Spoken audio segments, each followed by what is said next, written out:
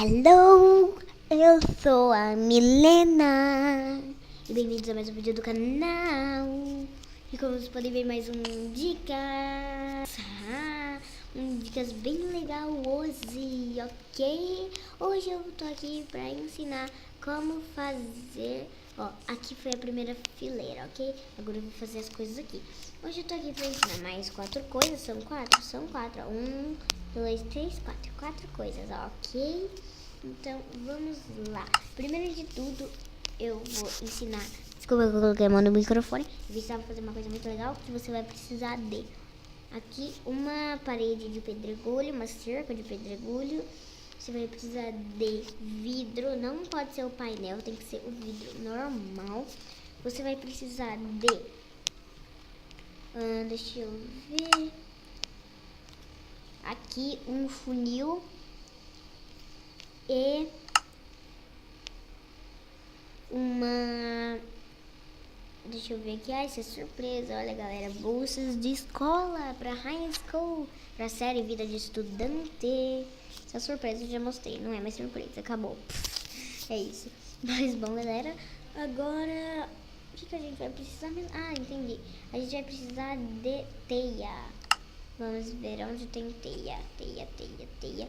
Eu não lembro onde tem teia. Teia. Mano, será que tem teia aqui mesmo? Acho que não tem teia. Ah, então a gente vai fazer sem a teia mesmo.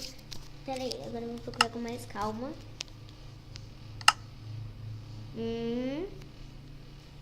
Nada. Achei. Oxi. Ok. E pra fazer, a gente vai dormir primeiro, porque tá anoitecendo, mas não. A gente vai poder fazer aqui mesmo. Você vai subir uma estaca, 2, 3, 4 estacas. Depois você vai colocar, não vai colocar um vez. Colocar assim, ó, um vez do lado do outro. É assim, não, aqui a gente não pode fazer assim. Vai fazer assim e assim. E aqui no meio, que eu esqueci de pegar para variar, você vai colocar aqui uma lã vermelha. Vocês estão entendendo o que eu tô fazendo? E coloca o funil aqui. Tcharam! Não acabou ainda. Vocês acham que acabou? Não acabou. Você vai precisar de uma lã laranja e já anoiteceu. Então vamos dormir aqui. Vamos usar nossa cama pra vocês verem que funciona.